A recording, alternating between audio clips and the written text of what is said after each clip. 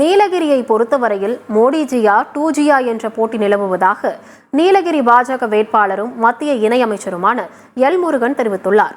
நீலகிரி நாடாளுமன்ற தொகுதிக்குட்பட்ட அவிநாசியில் தேர்தல் பிரச்சாரத்தை எல் முருகன் தொடங்கினார். அப்போது செய்தியாளர்களிடம் பேசிய அவர், நீலகிரி மக்கள் திமுக வேட்பாளரை கண்டு வெட்கி தலைகுனிகிறார்கள் என்று தெரிவித்தார். நீலகிரி திமுக வேட்பாளர் ஆராவின் 2G வழக்கை மீண்டும் விசாரிக்க நீதிமன்றம் அனுமதி வழங்கியிருப்பதாகவும் இது அவருக்கு பெரும் பின்னடைவை ஏற்படுத்தியுள்ளது என்றும் எல் முருகன் கூறினார். 2G வழக்கை பொறுத்தளவுக்கு இன்றைக்கு அந்த குற்றவாளிகளுக்கு ஒரு மிகப்பெரிய பின்னடைவாக இந்த ஜட்ஜ்மெண்ட் வந்திருக்கிறது.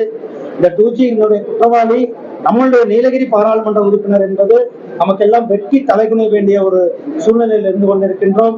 இன்றைக்கு நான் நீலகிரியினுடைய வாக்காளர் என்று சொல்லுவதற்கு மக்கள் இப்படிப்பட்ட ஊழலை செய்தவர் நம்மளுடைய இந்த 2G ராஜாவாக இருந்து கொண்டிருக்கிறார். அதற்கு மட்டுமல்ல, மக்களை தரக்குறைவாக பேசுவது, பட்டியலின மக்களை ஒரு தரப்பு மக்களை தரக்குறைவாக பேசுவது, நம்முடைய சகோதரிகளை தரக்குறைவாக பேசுவது, ஆபாசமாக பேசுவது,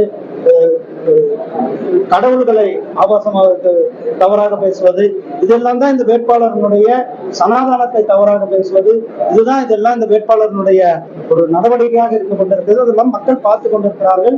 அதோடு சேர்ந்து இன்றைக்கு 2G வழக்கு ஒரு மிகப்பெரிய வழக்கு.